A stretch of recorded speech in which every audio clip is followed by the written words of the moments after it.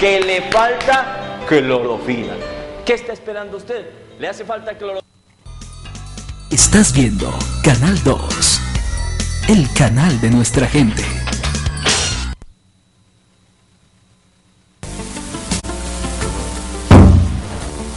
Protagonistas. El programa que semana a semana resalta las obras de los protagonistas de nuestra región. Protagonistas.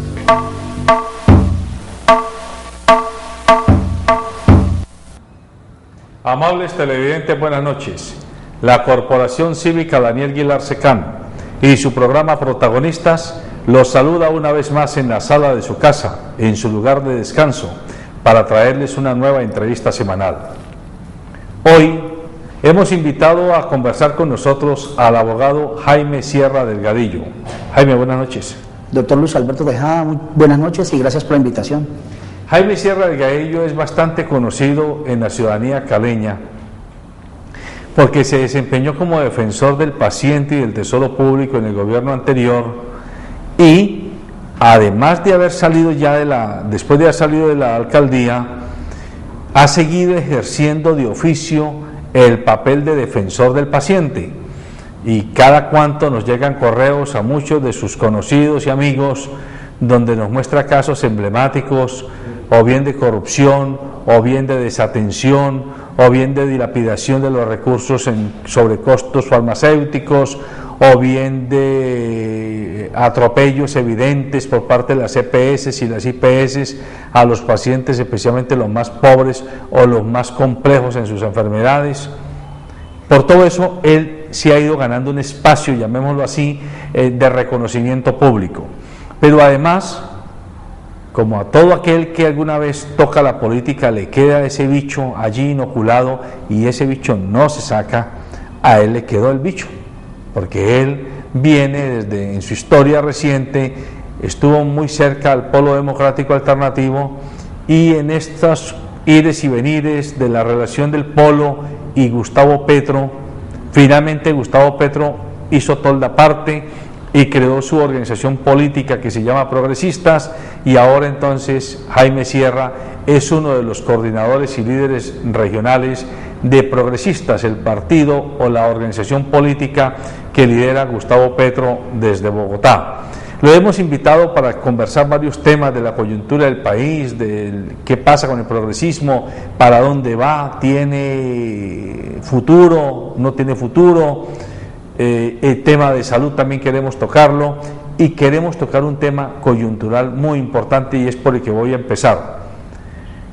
El 1 de julio hay elecciones atípicas en el Valle de Cauca para escoger gobernador.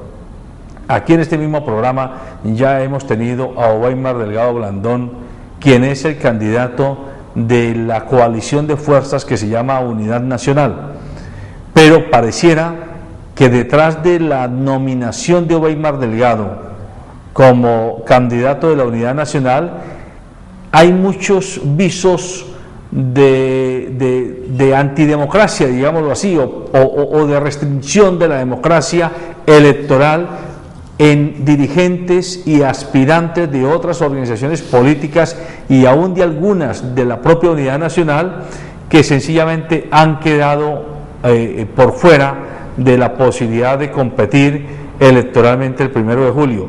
A ese tema nos vamos a referir. Jaime, ¿cuál es exactamente el debate que ustedes como progresistas y usted que está liderando, entiendo que hoy instauró una acción de tutela y ha venido haciendo una serie de manifestaciones públicas con respecto a la violación del derecho constitucional a proponer los nombres de diversos candidatos para que haya una elección más nutrida o unas candidaturas más nutridas y por lo tanto más democráticas en las próximas elecciones atípicas? Luis Alberto, este tema de las elecciones atípicas tiene dos aristas, una de orden político, muy grave diría yo, y otra de orden jurídico y constitucional, que también es muy grave.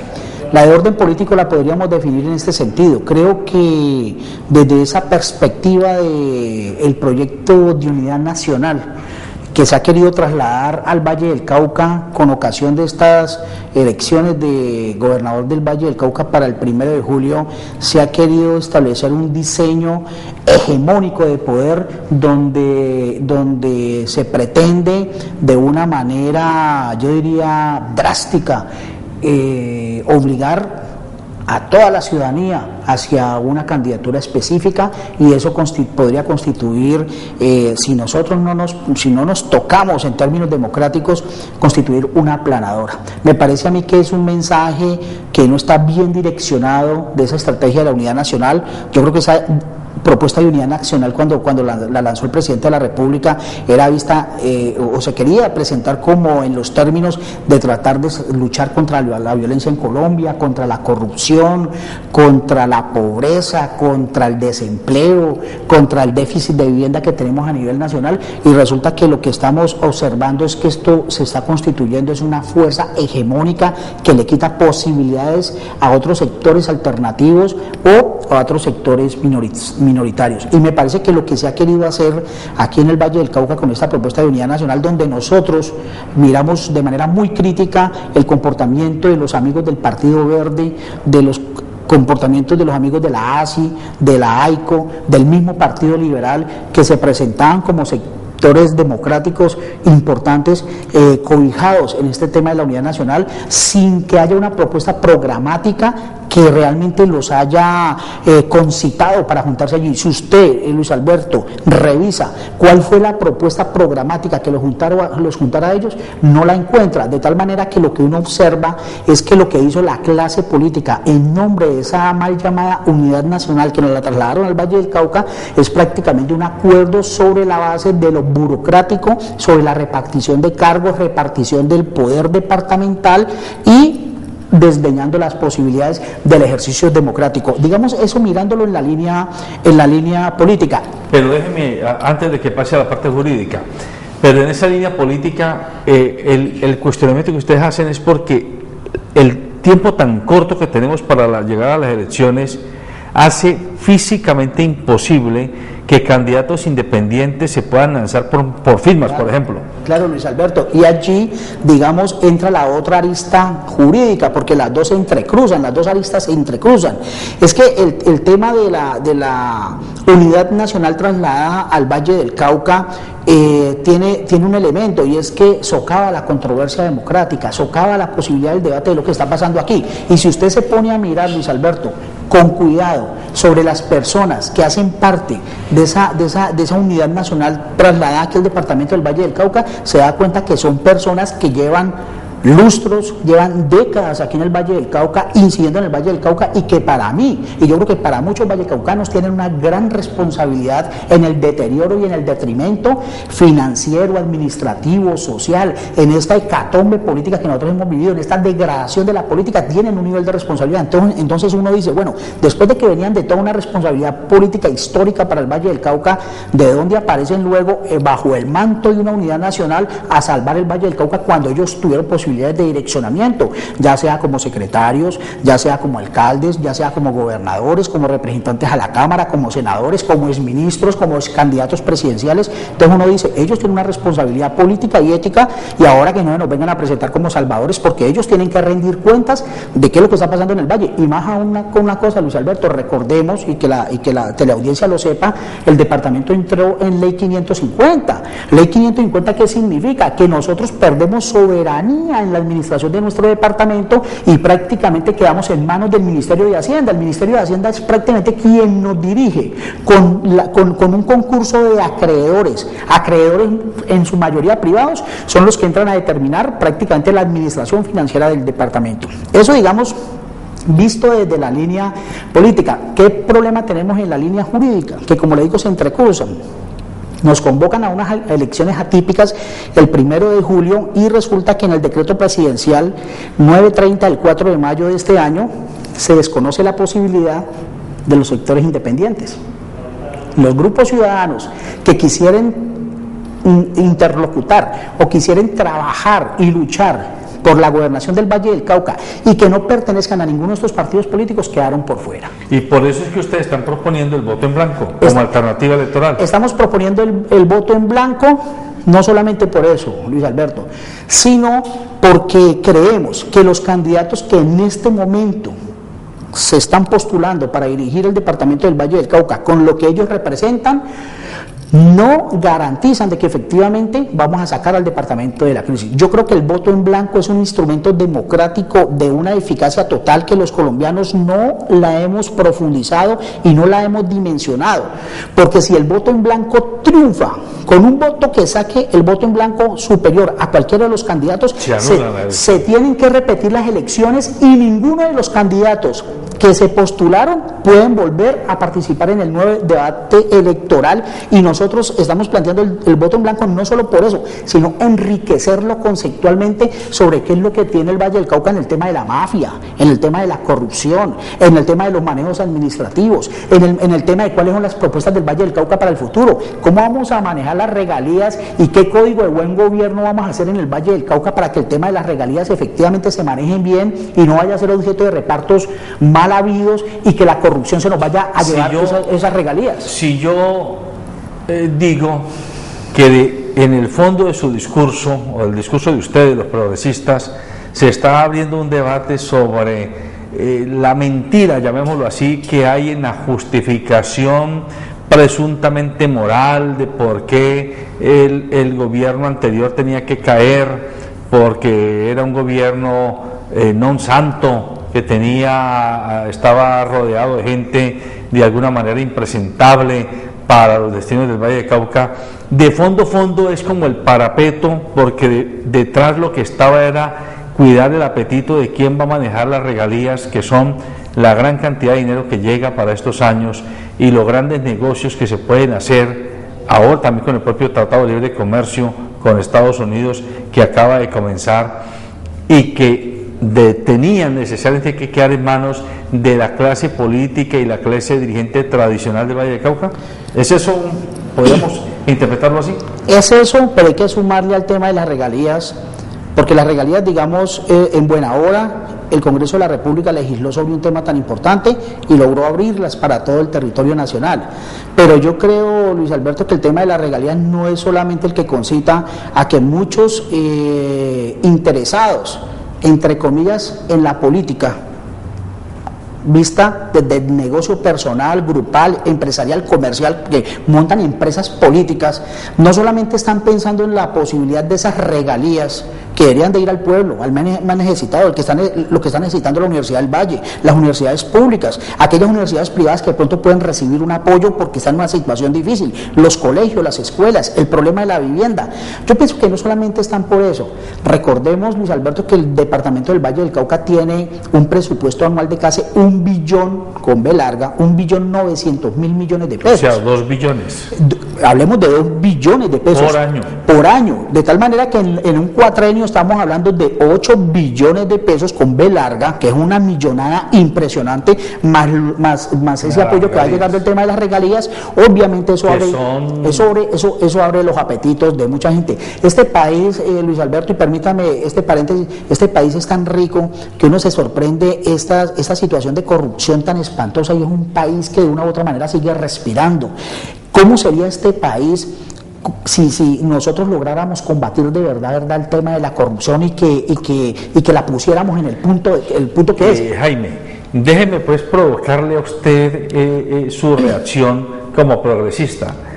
A mí, personalmente, yo encuentro muy coherente el planteamiento que ustedes están haciendo, pero de alguna forma los ciudadanos colombianos, a la distancia, obviamente, por los medios de comunicación y por la información que circula, hemos comenzado a sentir que pasa algo en Bogotá.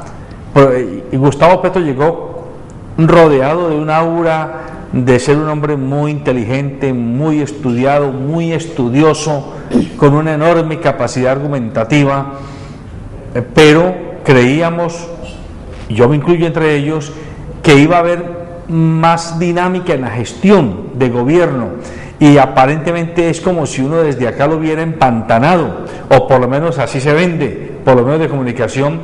La obra de gobierno estos primeros 4 o 5 meses que lleva Gustavo Petro se ha empantanado en disputas con concejales, con secretarios de despacho, con medios de comunicación, con funcionarios menores, con Transmilenio le renunció la plana mayor en menos de un mes, el secretario de gobierno, que era de alguna forma simbólico, Antonio Navarro Wolf, se fue y eso no ha quedado muy claro en el camino.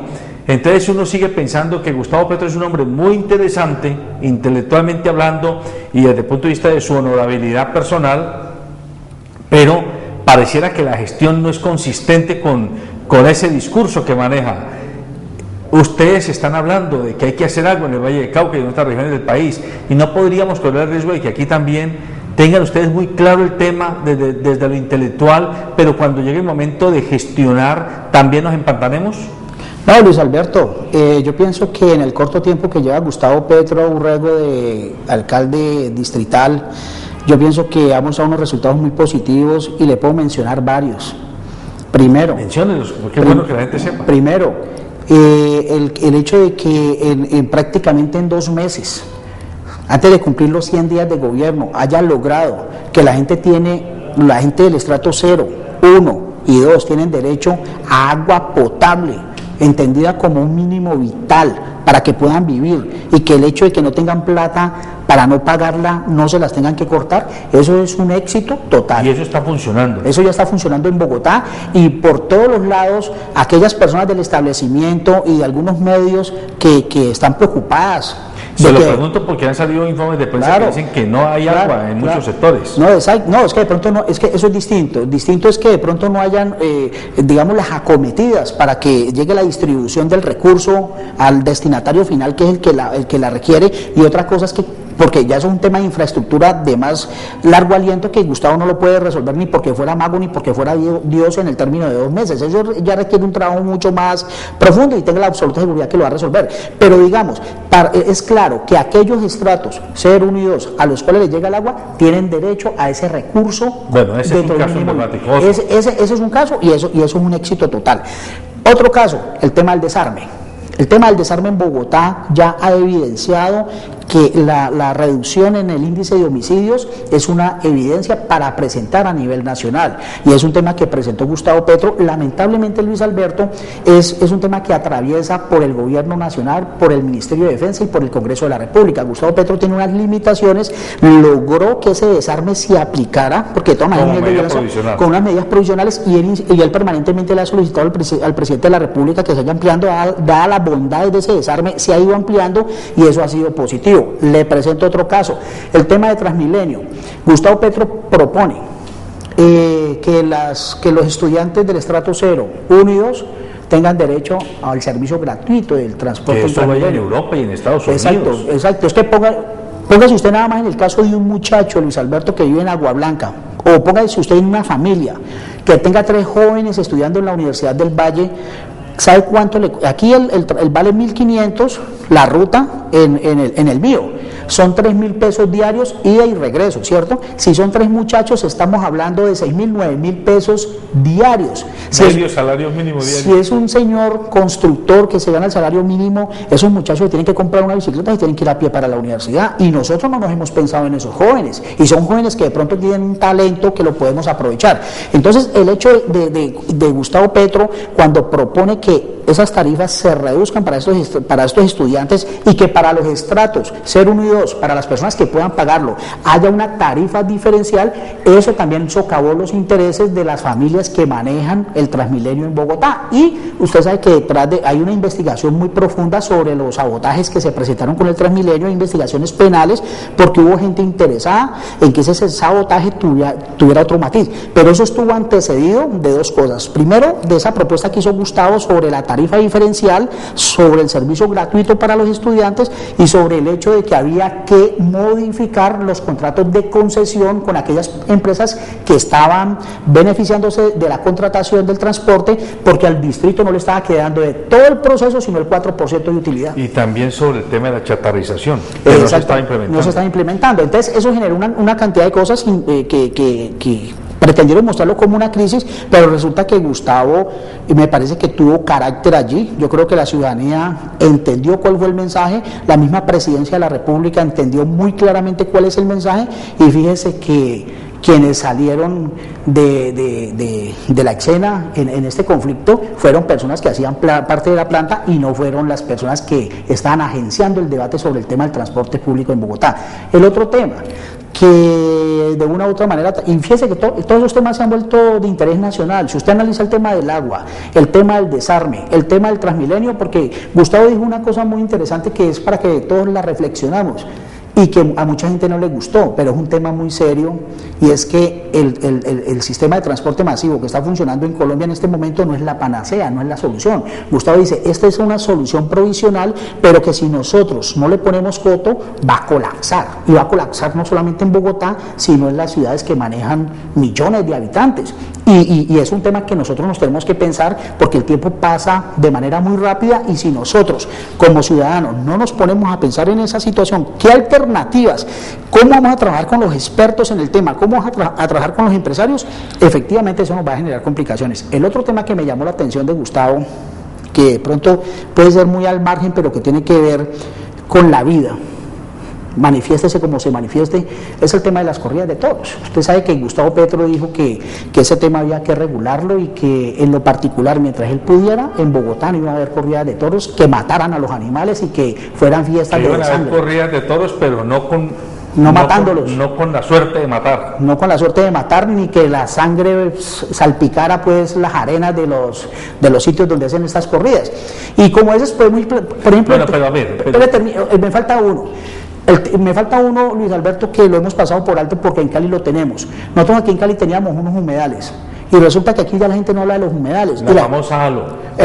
La famosa halo. Y lo digo ¿por qué? Porque son temas que uno cree que se quedan en Bogotá, y resulta que tocan a todo Colombia, porque Gustavo Petro dice que a raíz del problema de Bogotá él se puso a investigar, y el 80% de los humedales en Colombia los han pavimentado. Por claro, Dios, eso es cierto. ¿Eso qué es? Entonces Gustavo Petro dice, no, un momentico, es que cómo así que la halo no la van a hacer sobre unos humedales que podemos recuperar, y usted sabe que un humedal es un tanque de oxígeno para toda una sociedad, y más aún con el tema pues del calentamiento global.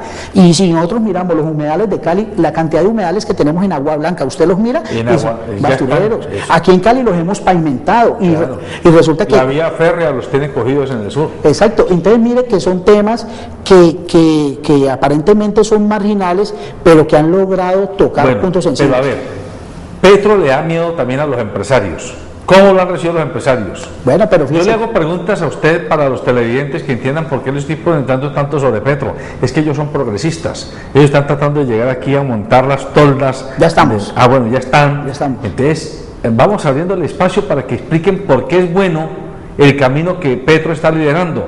A ver si nos convencen, a ustedes y a nosotros. ¿Cómo le ha ido con los empresarios? Porque al principio había muchos nervios. Claro, fíjese que una noticia que lamentablemente opacó otra gran noticia que yo creo que era más importante en Bogotá, y fue que el alcalde Gustavo Petro tuvo la posibilidad de reunirse a través y por conducto de la Cámara de Comercio de Bogotá con los 1000 empresarios más destacados y más importantes de Bogotá. Y usted sabe que los empresarios no tragan entero, y usted a los empresarios no pedirle con discursos, y los empresarios le van a hablar de cifras y le van a decir cuánto hay, cómo se la va a gastar, de dónde va a salir, y si usted quiere hacer tal cosa, no es un tema, es un tema para coger con mucha finura. Y la posición de los empresarios fue un aplauso cerrado a favor de Gustavo Petro. Inclusive la revista Semana le sacó un acápite cortico, muy cortico. Sí. Debieron haberle dado mayor realce. Pero en la revista Dinero no salió nada. No salió nada, pero por ejemplo, por lo menos la revista Semana le hizo un reconocimiento de que los empresarios salieron con un concepto muy positivo. De que el alcalde le cabe la ciudad en la cabeza. De que le cabe la ciudad en la cabeza, que tiene la problemática clara, tiene el diagnóstico claro, y que tiene tiene una propuesta de solución muy clara para Bogotá. Eso que lo digan los empresarios, Luis Alberto, son palabras mayores, y ojalá se pueda cumplir. Y yo pienso que Gustavo Petro está en un proceso de transformación, y él sabe que el capital privado y el capital empresarial, que también allí hay gente muy valiosa, es gente que hay que tenerse en cuenta. Y yo creo que los empresarios se dieron cuenta que con Gustavo Petro tienen garantías para que en la medida en que la ciudad crezca, sea segura, ellos se van a desarrollar mucho más. ¿Usted cree que Gustavo Petro va a lograr vencerles ese miedo al coco de que es del M-19, que viene de militancia, que uno es guerrillero, Sí, que va a hacer comunismo trasnochado, socialismo barato, todo ese tipo de cosas. No, yo creo, Luis Alberto, que ya Gustavo Petro ese tema lo superó hace rato, desde el mismo día que él firmó el Tratado de Paz, con el ejemplo que dio en la Cámara de Representantes, que fue declarado el mejor representante de Colombia, luego fue declarado el mejor senador en Colombia, fue declarado el mejor congresista en Colombia. Yo creo que Gustavo Petro ha dado un ejemplo de civilidad, un ejemplo de paz. ¿Y ustedes, los progresistas, descartan definitivamente alguna posibilidad de volverse a encontrar con el Polo? No, esas posibilidades en política nunca se pueden descartar, Luis Alberto. Pero digo en el corto plazo.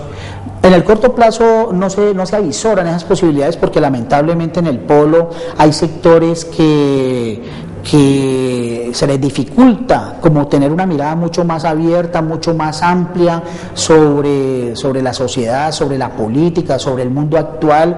Tienen sus propios métodos, hay gente supremamente valiosa. Yo tengo muchos amigos desde hace muchos años en el Polo Democrático.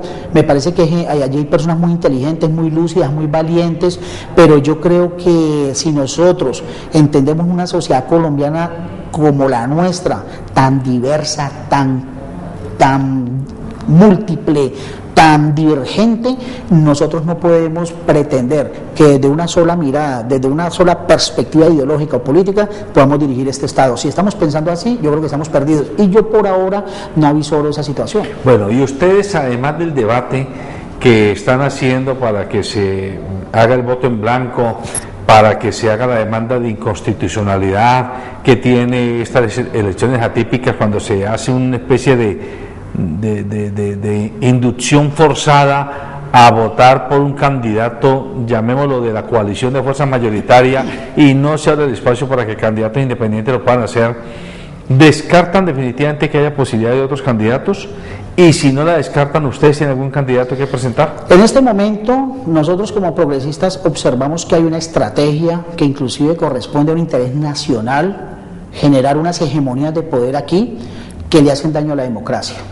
Y así nosotros tuviésemos la posibilidad de llegar a las elecciones, en el caso de que nos ganemos la acción de tutela, a no ser que la Asamblea Departamental tome otra decisión, pero hasta el momento la postura que tiene la Asamblea Departamental de Progresistas es que vamos a enfrentarnos con el voto en blanco para castigar todas unas costumbres políticas y unas políticas dañinas para el pueblo vallecaucano que nos han llevado a una crisis espantosa, terrible, que prácticamente somos como la pesadilla pues de todo el Estado Pero a ver, nacional. en gracia de discusión, admitamos que hay muy pocas opciones para evitar, digámoslo, que el candidato de la Unidad Nacional siga postulándose como prácticamente el gobernador, porque es que cualquier tipo de análisis que se haga indica que el doctor Uweimar Delgado tiene pues la correlación de fuerzas de la Unidad Nacional, y eso hará que sea relativamente fácil lograr la votación que va a darle a él el triunfo electoral. Pero si es él, como todo indica o presume que va a ser así, el gobernador, ustedes en la gobernación del doctor Uweimar Delgado, si él es elegido, ¿se van a dedicar a la oposición o ustedes estarían abiertos a sentarse a la mesa en una hipotética negociación con una plataforma programática? Pero es que es muy difícil, Luis Alberto, digamos la hipótesis que usted plantea, porque si de hecho desde la misma presentación de esta llamada Unidad Nacional para el Valle del Cauca, para lograr de esta manera obtener la gobernación del Valle del Cauca, usted no encuentra un programa, usted no encuentra un problema, no encuentra ni siquiera un diagnóstico del problema del Valle del Cauca histórico, porque aquí la mafia ha tenido una intervención muy seria, la corrupción ha tenido una intervención muy seria, los grupos ilegales han tenido una intervención muy seria, y usted dice, bueno, si aquí no hay un diagnóstico a fondo de qué es lo que está pasando con el Valle del Cauca, y aquí no hay una propuesta de Estado seria, sostenible en el tiempo, que sea una política de Estado que podamos implementar, uno dice, ¿con qué lógica luego vamos a llegar a un gobierno supuestamente a sentarnos a dialogar con él? Eso sería como sobre la base de cargos burocráticos, no tendría otra lógica, porque si en campaña no vemos el programa, ¿por qué si vamos a descubrir el programa entonces ya en el gobierno? O sea, no que eso indica que ustedes se van a la oposición, definitivamente. Pero yo diría que más allá de la oposición, porque no creo que la cosa sea como o es blanco o negro, o es blanco o es negro, como ese tema bipolar. No, yo creo que es un tema mucho más profundo, y yo creo que es un tema de política de Estado. Puede ser que la persona que llegue puede ser otra persona, porque si el voto en blanco triunfa, como puede triunfar, si usted mira el resultado electoral Luis Alberto anterior, se da cuenta que la diferencia entre el resultado del voto en blanco y el del doctor Weimar es pequeñito, es una diferencia pequeñita. Fueron como 170.000 votos. Y no tenía dolientes. Y resulta que aquí va a haber profesores. Si usted lee las columnas de los periódicos... O sea que ustedes están apostando a que se cree otro escenario. Claro, es que esa es la idea. Lo ven con probabilidad. Lo vemos con probabilidad. Bueno, tome agüita para ir a un corte comercial y ya regresamos para seguir con esta apasionante entrevista con Jaime Sierra Delgadillo.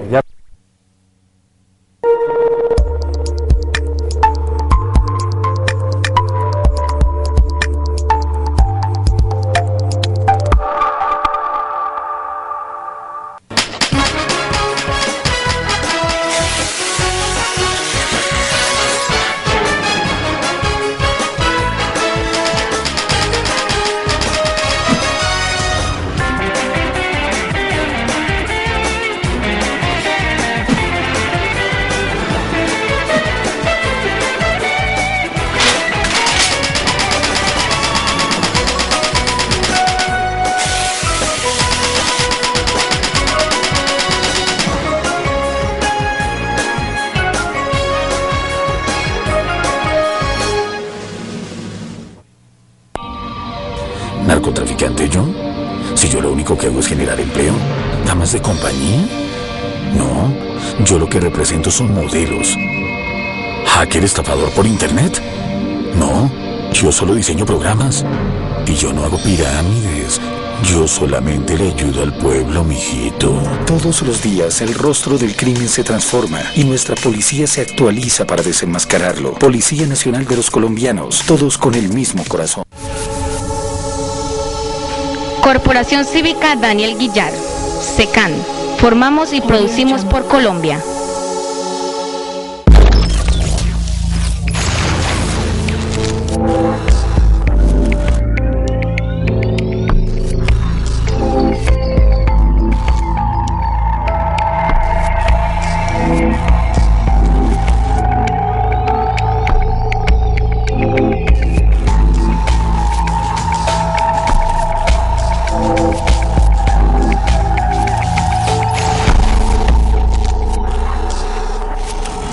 Daylight come and me don't want go home.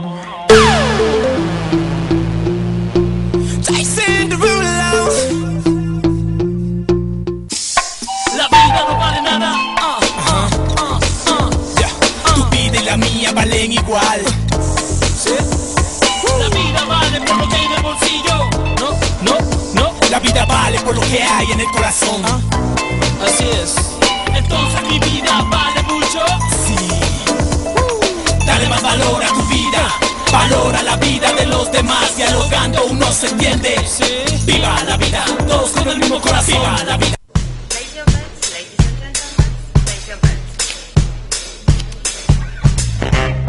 Publipantallas, imagen, innovación y tecnología.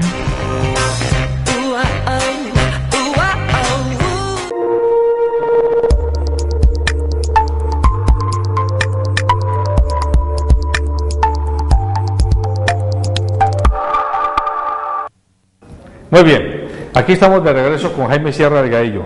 Jaime,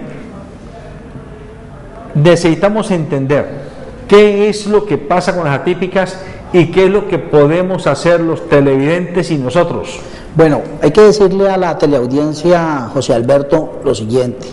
El decreto presidencial, que es el 930 del 4 de mayo, dejó sin ninguna posibilidad a las personas que quisieran participar por fuera de los partidos políticos, por ejemplo nosotros, o usted, o los camarógrafos, que no quieren nada con los partidos políticos, los dejaron sin ese derecho. Y resulta que eso está en contra de la Constitución Nacional, porque la Constitución Nacional dice que usted puede participar en las elecciones por partidos o movimientos políticos o con grupos significativos de firmas, o inclusive, si a usted no le gusta ninguno de los que se han postulado, usted puede constituir un comité de inscripción para el voto en blanco. Yo sé que con firmas se eligió el alcalde que tenemos. Exacto, entonces ¿qué sucede? ¿Qué dice la ley 1475 del 2011? La ley dice, para poder usted participar como grupo significativo de firmas, se tiene que inscribir ante la registraduría por lo menos un mes antes de la inscripción. Como antes del cierre de la inscripción, como el cierre de inscripción fue el 21 de mayo, en esa lógica, de acuerdo a lo que dice la ley, el plazo mínimo nuestro era el 21 de abril para el voto en blanco o para inscribir la recolección de firmas. Y resulta que el decreto es del 4 de mayo, de tal manera que 15 días después, por sustracción de materia, quedamos sacados del chico, no podíamos participar en la contienda electoral. Entonces, como se están vulnerando derechos constitucionales al debido proceso, derecho de igualdad, derecho de asociación, derecho a elegir y ser elegido, son derechos sagrados para nuestra Constitución Nacional. Por eso nosotros instauramos hoy a las 11 de la mañana, asistieron aproximadamente 300 personas con igual número de firmas, que yo presenté esa acción de tutela y ellos coayudaron la misma, la presentamos ante el Tribunal Contencioso Administrativo, que aspiramos en la Plaza Caicedo. Aspiramos a que en el término de 10 días hábiles el Tribunal Contencioso Administrativo acoja nuestras pretensiones y le posibilite, como jueces constitucionales, el derecho a los ciudadanos del Valle del Cauca a participar. Lo que indicaría que se corren las elecciones. Podrían pasar dos cosas, o podrían pasar tres. Primero, que perdamos la tutela en primera y en segunda instancia. Eso es un escenario. El otro escenario, ¿cuál es? Que los jueces constitucionales digan: hay que aplazar las elecciones porque se vulneraron derechos de los ciudadanos, tanto para aquellos que quieran participar como para aquellos que quieran promover el voto en blanco, como es el caso nuestro. Y el otro escenario es que los jueces constitucionales digan: no, que se sostenga la fecha del 1 de julio, pero que se hable el término, el plazo, para que estos ciudadanos que quieran promover el voto en blanco o para los que quieran participar por firmas puedan hacer su proceso y puedan participar en ese ¿Y voto. alcanzarían ustedes de aquí a lo que Es muy difícil, José Alberto, pero hay que hacerlo porque lo que se nos va a venir puede ser peor de la situación de lo que hemos vivido. Bueno, hagamos un cambio de tercio. Ya le hemos explicado a los televidentes esa premura política que tiene Progresistas frente a las elecciones atípicas, pero como yo lo tengo usted aquí al frente y usted se ha constituido de oficio en defensor del paciente en Cali, díganos en 3 palabras, en 3 frases, ¿cuál es la situación de la salud en Cali hoy? ¿Qué podemos esperar los caleños y los vallecaucanos que vienen de los diversos municipios a buscar salud aquí en los centros hospitales, en las clínicas y en las EPS? Pero podríamos hablar de Cali y el Valle del Cauca, José Alberto, pero es la realidad que vivimos en todo el territorio nacional, porque yo tengo contactos con otras personas que también están trabajando el tema de los derechos en salud, que inclusive me invitan a mí a que les brinde charlas, por ejemplo en Medellín, en Bogotá, en Pasto, asociaciones, por ejemplo, de personas que tienen cáncer, personas que tienen enfermedades en la sangre, problemas renales, y uno observa que el sistema opera prácticamente de la misma manera en todo el territorio nacional. De tal manera que aquí en el servicio médico, y eso es lamentable decirlo porque usted sabe que ya la Corte Constitucional desde el año 2008 estableció en una sentencia que es histórica en Colombia que ya el tema de la salud es un derecho fundamental, independientemente de que esté en conexidad con el derecho a la vida. Entonces, es decir, ¿eso qué significaba antes? Que si la persona no estaba a punto de morirse, la salud no era un derecho fundamental. Ya la Corte dijo: no, la persona puede ser que no esté a punto de morirse, pero su calidad de vida se deteriora de manera total y absoluta. Entonces yo le diría a usted, José Alberto, el tema de la salud en Cali, en el Valle del Cauca y en Colombia sigue siendo un tema, me parece muy triste, me parece terrible, y me parece que está atravesado porque está mediado por intereses económicos. Hay grandes intereses económicos donde mucha gente metida en el tema de la política también tiene intereses de fondo allí, y esos intereses económicos hacen que el ser humano aquel niño, aquel anciano, aquella mujer en embarazo, aquella persona que está requiriendo de un servicio, lo pongan en un segundo plano y interese mucho más el interés rentístico, monetario o económico que la vida del ser humano. Pero bueno, eso es una realidad. Entonces, lo cierto es que en Colombia todos los días se oyen historias que al exministro Palacios lo están llamando indagatoria o lo van a llamar indagatoria porque hay no sé cuántos billones de pesos también sobrefacturados en el Fosiga por las cuentas del no POS y etcétera, la sobrefacturación en costos de medicamentos, la plata que amarran a CPS para pagársela a los hospitales y a los centros de salud públicos, es decir, la plata la manejan los privados para pagarle a los públicos, pero los privados no la sueltan y los públicos sí están obligados a prestar los servicios. ¿Cómo resolver este galimatías? O sea, ya estamos hartos de oír las denuncias. ¿Qué podemos hacer de una manera más o menos consistente? Porque eso que se vio la semana pasada, que una señora en un centro de atención médica en Cúcuta se muera dentro del mismo establecimiento y además se quede como una hora el cadáver ahí tirado en el suelo. No, José Alberto, usted no se dio cuenta hace 15 días de una señora en silla de ruedas que no se podía sostener y la sacaron del hospital en Bogotá y la tiraron a la calle. Y eso fue registrado por los medios de comunicación, inclusive los televisivos. Eso es una cosa espantosa, le cuento. Hoy tuve el caso de una niña que se llama Cindy Lozada, es una niña de 23 años de edad que la semana pasada tuvo un accidente, se cayó de unas escaleras y ¿sabe cuántas clínicas y hospitales ha visitado, José Alberto? Aproximadamente 10, y en ninguna le han querido, le brindaron digamos la atención prioritaria, la atención de urgencia, la tiran para la calle y la tienen en un bamboleo hasta que llegó a nuestra oficina. Ya nosotros estamos adelantando las acciones de rigor ante Secretaría de Salud Departamental, Superintendencia Nacional de Salud, para que a esta niña le brinden la atención adecuada. Pero casos como ese es el pan de cada día. Por ejemplo, el caso y esta niña está adscrita a Caprecón, el caso de Caprecón, y quien está dirigiendo Caprecón es una persona que tuvo un alto cargo aquí en la alcaldía de Santiago de Cali. El tema de Caprecón, José Alberto, le digo una cosa, eso es la peor de las... ¿Es Juan Carlos Botero? Sí, es Juan Carlos Botero. Es de las peores farsas que tenemos en la República de Colombia. Si esta república tuviera seriedad con políticas de Estado, hace rato el gobierno nacional ha debido intervenir, liquidar esa empresa y buscar una alternativa de solución. Pero el caso de Caprecón, por ejemplo, un niño que necesita la ley que protege a los niños, la 1388 del 2010, dice, un niño al cual se le sospeche que tiene cáncer, ese niño tiene que hacerle todos los exámenes diagnósticos sin cobrarle un solo peso, ni copagos ni cuotas moderadoras, y le tienen que profundizar en todos sus exámenes hasta tanto se determine si efectivamente tiene o no tiene cáncer. Si al niño le detectan de que efectivamente tiene cáncer, todo el proceso se lo tienen que seguir sin que las autorizaciones que se requieran estén sometidas a trámites administrativos. Tienen que hacerlo de manera inmediata. ¿Por qué? Porque los especialistas dicen que cuando se interrumpe un tratamiento, la enfermedad se puede tornar no reversible y el niño se puede morir o se puede agravar mucho más. Y la evidencia científica es que un niño, cuando se diagnostica a tiempo, se trata a tiempo y se le brinda todo el proceso dentro de los términos médicos, es un niño que tiene posibilidades del 90% de sobrevida, y eso no lo cumplen. Bueno, pero todo eso pasa, Jaime, porque haya voluntad política para reformar la ley 100 de seguridad social y volvamos a quitarle la plata a los privados para que la plata no se quede en los intermediarios. Es que el problema es que hoy de cada 100 pesos 40 o 50 se quedan en administración, en burocracia y en inversiones privadas, y 50 van a la salud, y de esos 50 que van a la salud, la mitad la roban. Pero usted sabe otra cosa, José Alberto, usted me imagino que cotiza para una EPS, ¿cierto? Sí, claro. ¿Y usted sabe cuánto le entrega el Estado Nacional a esa EPS por usted, sin contar su grupo familiar, cada uno de los integrantes de su familia? Están en aproximadamente, por cada uno, en 600.000 pesos. ¿Mensuales? Por año. Por año. Pero usted, yo le pregunto, usted es una persona que se ve saludable, pero usted ¿cuántas veces va a la EPS?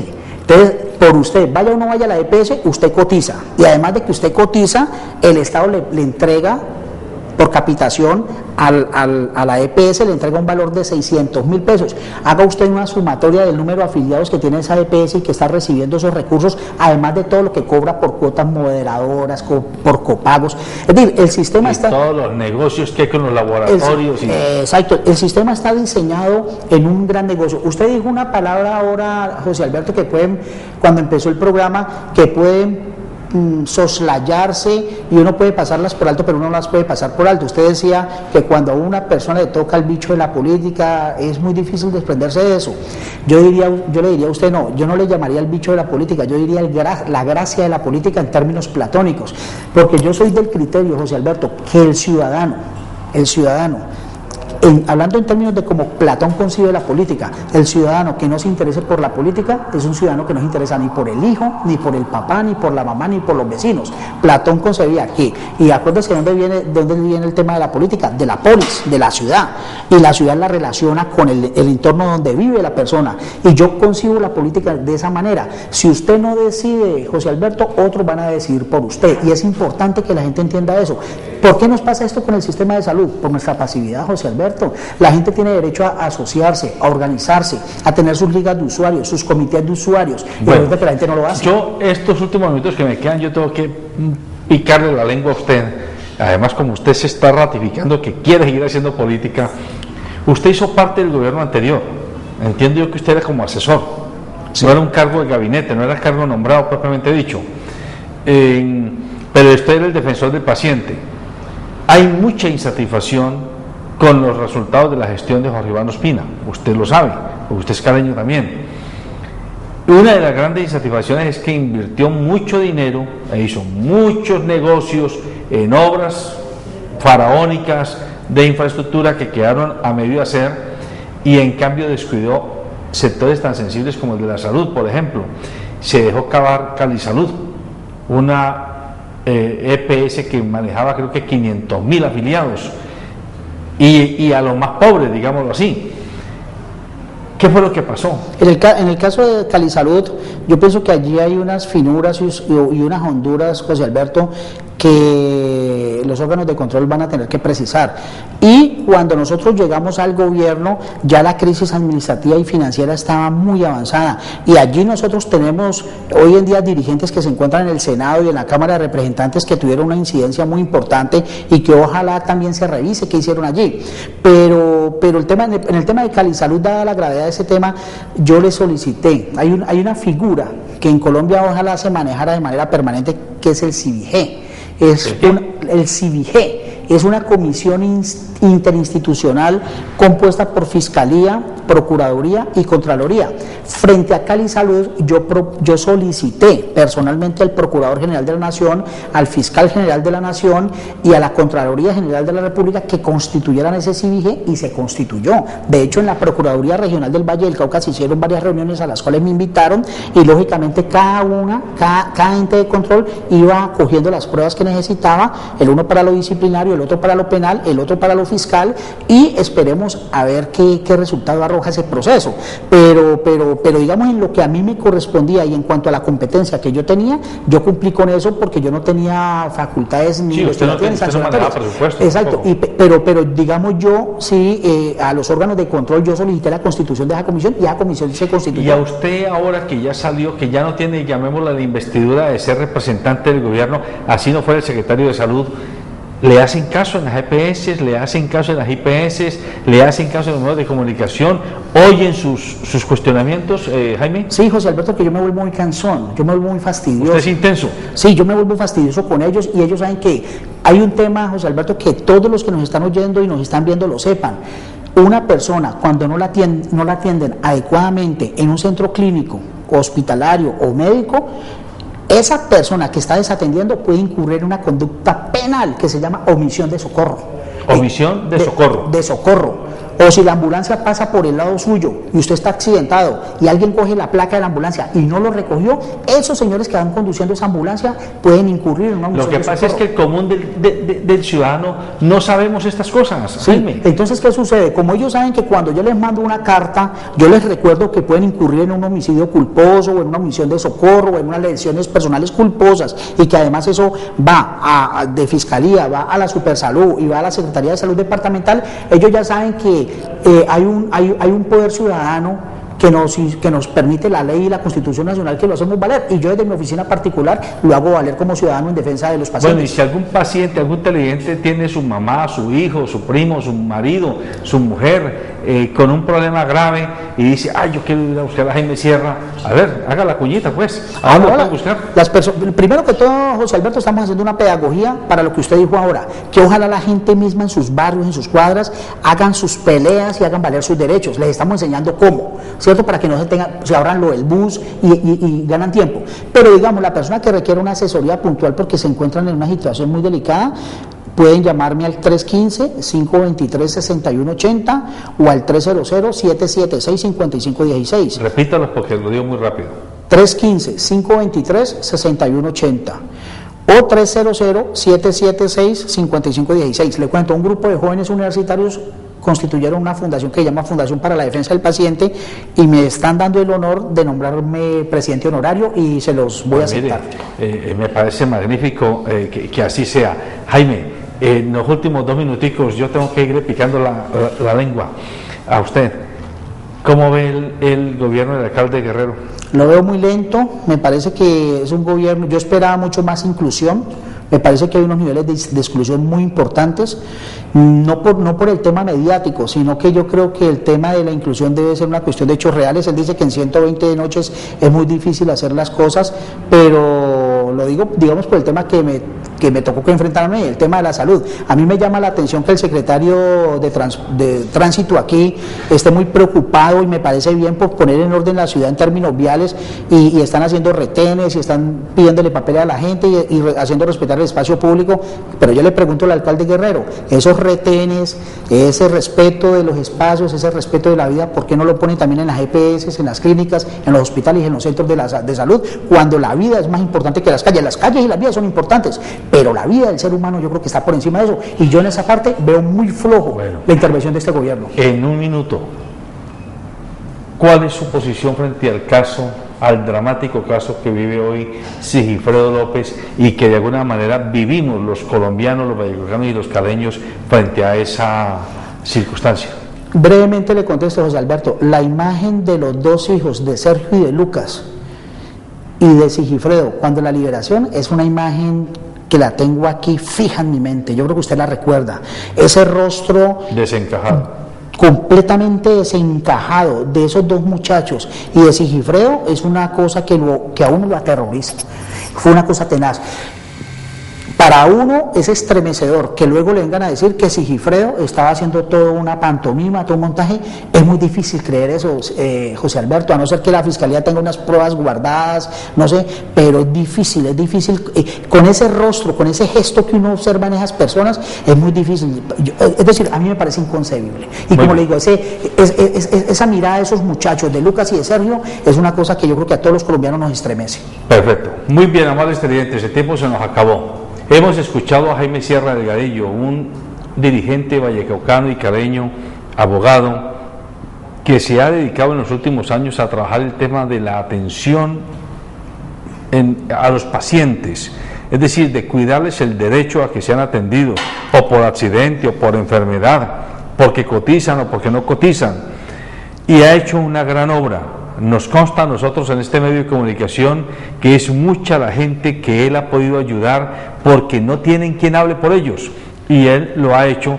Nos parece muy interesante que estudiantes jóvenes de la universidad estén dedicándose a pensar en cómo organizarse para atender mejor a los pacientes y estén pensando en Jaime para que los apoye en su liderazgo en atención a los pacientes.